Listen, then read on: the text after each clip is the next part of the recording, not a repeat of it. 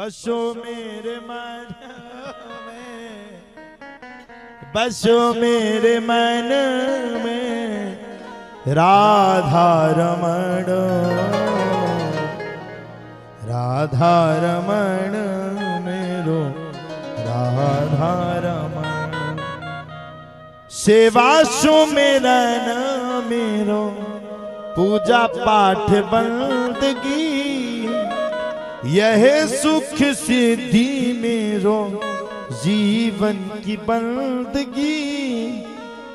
यही है सखा मेरो, यही है सखा मेरो, यही भगवन।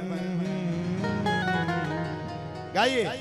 राधा रमण मेरो राधा रमण, राधा रमण मेरो राधा रमण। बसो मेरे मन में, बसो मेरे मन में राधा रमण, राधा रमण प्यारो राधा रमण। चलिए कथा को जितना विस्तार पूर्वक हम लोग सुना रहे हैं थोड़ा सा सूक्ष्म रूप से सुना देते हैं, क्योंकि याद पे दरबार भी लगाना है। किस किस को अपने अपने पर्चा बनवाने? हाँ सब भविष्य तो सब खजात ने, और हमारे भविष्य में क्या हुई है तो धीरे धीरे करके भगवान की भगवत कथा आगे बढ़ी। और नीचे कर लू ऊपर ही क्या कर रहे हैं? बिल्कुल बिल्कुल। धीरे धीरे करके भगवान की भगवत सत्ता की कथा आगे बढ़ी, और भगवान की कथा आगे बढ़ने के तत्पश्चात ही सृष्टि का विस्तार हुआ। मनुष्य रूपा हुए सती मैया ने अपने प्राण त्याग दिए यज्ञ कुंडी में जाकर, ये आपने कथा सुनी है। इसके बाद धीरे धीरे करके भगवान की भगवत सत्ता आगे बढ़ी, और भगवान की भगवत सत्ता आगे बढ़ने के बाद प्रियव्रत राजा उत्तानपाद का चरित्र आया। राजा उत्तानपाद की दो पत्नियां थी, सुनीति और सुरुचि।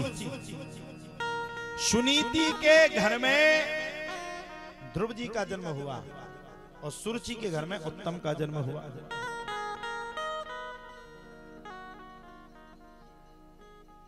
सुनीति और सुरुचि, उत्तम जी महाराज और ध्रुव जी महाराज, ये दोनों परस्पर में भाई भाई हैं। ध्रुव जी का चरित्र पूर्ण हुआ, ध्रुव जी ने तपस्या की, भगवान ने दर्शन दिए, ये था ध्रुव चरित्र। प्रियव्रत के चरित्र में आगे चल करके भगवान की भगवत सत्ता आगे बढ़ी। ऋषभदेव का जन्म हुआ, जड़ भरत का जन्म हुआ, जड़ भरत के बाद भरत जी का जन्म हुआ। ये 3 जन्मों की कथा। महाराज कश्यप की 2 पत्नी थी, दिति और अदिति। दिति के गर्भ से, दिति के गर्भ से किसका जन्म हुआ? बोले दिति के गर्भ से स्वयं साक्षात होकर के राक्षसों का जन्म हुआ, और अदिति के गर्भ से देवताओं का जन्म हुआ। दिति के 2 पुत्र हुए, हिरण्याक्ष और हिरण्यकश्यप। दोनों महान पापी थे। हिरण्याक्ष ने तो पृथ्वी को ही समुद्र में डुबा दिया। बाद में भगवान ने 12 अवतार लिया और हिरण्याक्ष का अंत किया। हिरण्याक्ष के अंत करने के तत्पश्चात ही धीरे धीरे भगवान की भगवत सत्ता आगे बढ़ी, और भगवान की भगवत सत्ता आगे बढ़ने के तत्पश्चात ही आनंद पूर्वकम घनश्याम तेरी बंसी।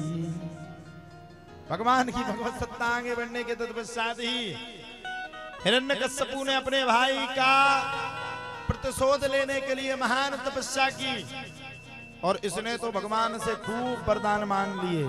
ना दिन में मरू, ना रात में मरू, ना सुबह मरू, ना शाम को मरू, ना पृथ्वी में बनाए हुए आपकी माया में से किसी भी माया से ना मरू, पृथ्वी के कण-कण में ना मरू, किसी की बात सुन करके ना मरू।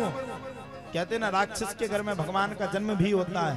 भगवान के एक भक्त आए जिनका नाम था प्रहलाद। प्रहलाद ने भगवान का गुणगान किया तो हिरण्यकश्यपु ने हर जगह से फेंका। हिरण्यकश्यपु की एक बहन का नाम था, क्या नाम था? हिरण्यकश्यपु की एक बहन का नाम था महाराज होलिका। होलिका भगवान को लेकर के चल पड़ी, और भगवान को लेने के बाद प्रहलाद जी को लेने के बाद जलाना शुरू किया तो खुद जल गई। प्रहलाद जी बच गए। भगवान ने नरसिंह अवतार लेकर के प्रहलाद जी का अंत करते हुए हिरण्यकश्यप का अंत किया। आगे चल करके गजेंद्र मोक्ष की कथा आई और देवासुर संग्राम आया। और सुखदेव बाबा से राजा परीक्षित ने पूछा, भगवान कथा सुनते सुनते हमें 4 दिन पूर्ण हो गए, अब कृपा करके यह बतलाइए, मैं भगवान श्री कृष्ण के जन्म की कथा को सुनना चाहता हूं। जब जन्म की बात कही तब तो प्यारे कहा जाता है सुखदेव बाबा ने भगवान कृष्ण के जन्म से पहले भगवान राम का जन्म करवाया।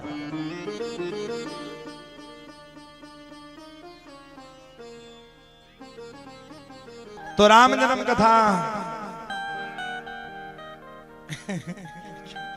सुनाने का प्रयोजन प्रारंभ हुआ। महाराज जी सुबह आदत जो अपन 2 जने खेका जी राम जन्म की कथा पहले सुनाई। अब पूछो कृष्ण जन्म की कथा क्यों नहीं सुनाई पहले? राम जन्म की कथा इसलिए सुनाई, भगवान श्री कृष्ण की 16,108 पटरानियां थी। कितनी थी भगवान कृष्ण की पटरानियां? अगर तुम्हारी 5 घरवाई हो गई तो मैं किड़िको को करके खा जाए। इसलिए कथा सुनो कृष्ण की, लेकिन मर्यादा रखो राम की। रघुकुल रीत सदा चलियाई, रघुकुल रीत सदा चलियाई, रघुकुल रीत सदा चलियाई, रघुकुल रीत सदा चलियाई, रघुकुल रीत रघुकुल रीत सदा चलियाई, प्राण जाए पर चले न जाई, प्राण जाए पर चले न जाई, प्राण जाए पर बचने न जाई।